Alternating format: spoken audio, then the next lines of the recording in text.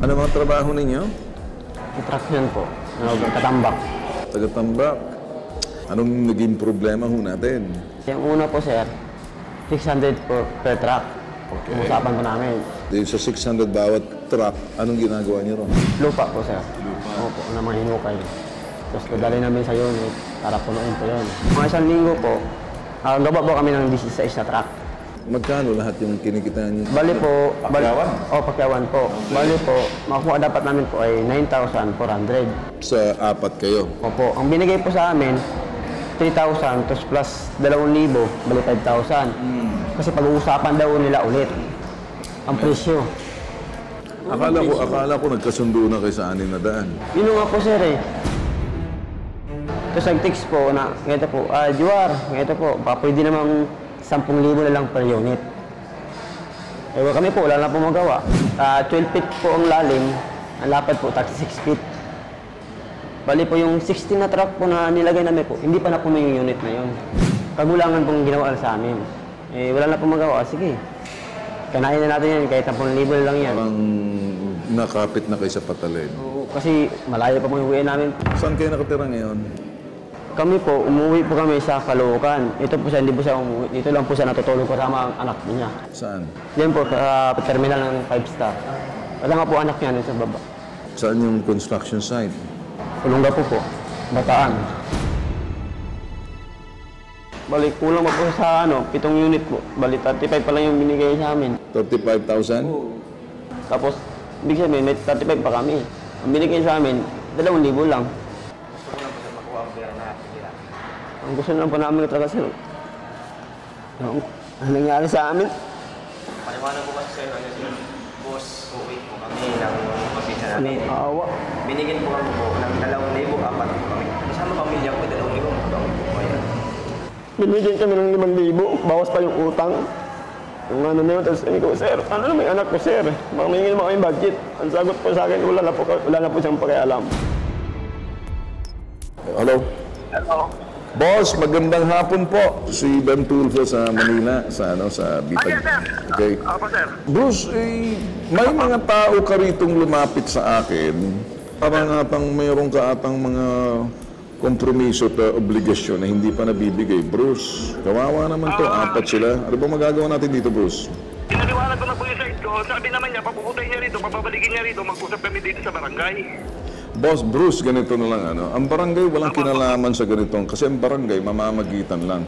Ang sa akin lang, Bruce, ganito itong Lincoln Plaza, iyan hong kanilang tinatambakan ng lupa. Meron niyang mga lisensyang kinakailangan kunan sa lokal na pamahalaan sa Bataan. Tatanong ko lang, Bruce, ikaw ba'y kontratista talaga na lisensyado or nag-moonlight ka lang at kinukuha mo lang tong trabaho na to na nakakalimutan mo yung mga obligasyon sa tao? Nag-ano lang po ako dito sa amo ko. Huwag yung mga trabaho ng boss ko, yung developer, sa akin binibigay, pinapasok. Alright. Bruce, masisira ang developer dito, Lincoln Plaza.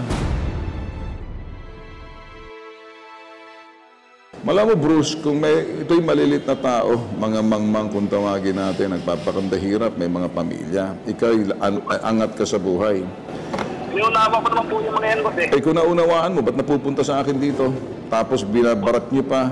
Pagkatapos yung usapan, binabago ninyo, wala naman silang magawa, kundi kapit sa patalim, sinusunod na lang kung anong mangyayari. Sa akin lang dito, boss, sila ay dinidiskwento na natin yung kanilang mga paggawa. Paano ba naman patikman mo naman siguro, Bruce? Kasi ako'y makikiusap sa iyo.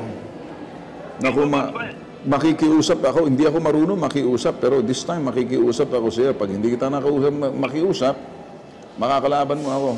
Taga mo sa bato. Hindi ako po kayo, boss. Pero pwede niyo po naman pakinggan po yung side ko, sir. Mapapangako mo sa akin na ibibigay mo kung anong kinakailan kahit na mag-usap kayo. Pero ayokong pag bumalik sa akin to, Bruce, matatandaan mo, pupuntahan kita rin, pati yung developer mo, mapapahiya sa akin. Ano magagawa mo rito, Bruce? Yan po yung mga tao po na yan, nag-apply po sa akin dito yan na hindi ko po alam po saan galing. Bruce, hindi na importante yon. Basta't importante nagtrabaho sila kung ano man kalang pinanggalingan. At wala naman silang nilamang sa iyo, huwag mo nang laitin kung saan sila nanggaling. Kung sila galing doon sa kung Takinti, kung saan man yan, hindi na importante yun. Nakapagtrabaho nakapagserbisyo. Naiintindihan ko na po, boss. O, kung naintindihan mo, boss, anong gagawin mo rito? Bakit po, tuwing ano nila, magreklamo po sila dyan. At teka muna, kasi nagre-reklamo. Pag may nagreklamo, meron silang pakiramdam na naapi sila. Eh sa akin nandito, pinakyaw nyo sila. Pagkatapos nababawasan doon sa sinasabing paggawa. May magagawa ka ba? Kasi pag binigyan ko ng pamasahe ito sa kayo, papalik sa iyo, ayaw kong bumalik sa akin. Kasi kung hindi, Bruce, hindi mo ako magiging kaibigan ito. Boss, idol ko ako kayo. O ngayon, kung idol mo ako, boss, eh, makikisama ka, tulungan natin to. Pwede ba? Patao, sir. Patas po ako. Katunayan nga po niyan, boss. Pinalayas sila sa homeowners. Boss. Kung pinalayas man sila, napakinabangan naman sila. Papalayasin na lang, nagtatrabaho naman ito, naghahanap buhay, mga mangmang to eh. Tindihan mo na. Hindi yan kapareho natin, mapalad tayo sa buhay natin. Di ba? Sige na, boss. Papuntahin niyo ako rito. Kahit na pagbabalihin mo man lang na huwag naman sila mukhang gutom, boss. Pwede ba? May mga pamilya to, boss? 6 kami po. 6 pa sila. May mga bata pa sa baba, bit-bit nila. Ando na sa terminal. Alam mo yung bossing, kinigyan. Pag ako nagpahiram sa kalan 10,000, sasaulin mo sa akin. Entiende?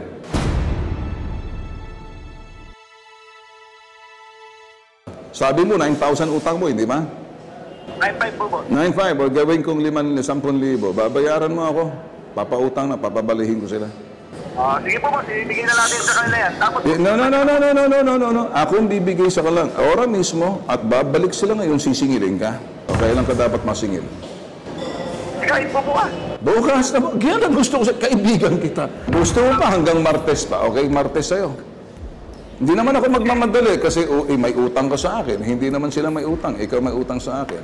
Okay po, boss. Alright. Usapang lalaki to, boss. Pag hindi mo tinupad, hindi mo ako binayaran, yari ka sa akin. Naku, sus Mario Josep. Hindi ko naman po gustong kawawain niya mga yan. Na alam ko baka hindi lang kayo nagkaintindihan, boss. Ha? Okay, boss? Salamat po, idol. Sandali lang po. Ano pa? Pag minsan po, meron din naman po ako sana sasabihin po sa inyo. Ano yun? Magsusumbong ka? Sige, sumbong mo. Sino? Direklamo mo developer mo? Paka natin. Hindi po, hindi yun. Hindi pa. O sino? Ano lang po, pagka-libre po kayo. Sige. Magaling ako ng kaibigan. Walang problema. Punta ka sa aking opisina rito. Malaki. Pakapihin kita. Donut, mamili ka. Sandwich, KFC. Lahat na gusto mong pagkain, bibigay ko sa'yo dahil kaibigan kita. Naging kaibigan na rin kita, ha? Simula ngayon, isa ka na ngayon sa maiksing listahan ng mga kaibigan ni Bitag, okay? Hindi po kaway po. Hindi, si Bruce Trinidad, kaibigan ko na ngayon, ha? Basta kaibigan kita, pero gawin mo lang obligasyon mo pagdating sa Martes, boss, ha? Okay? Okay. Sige, boss. Okay, salamat.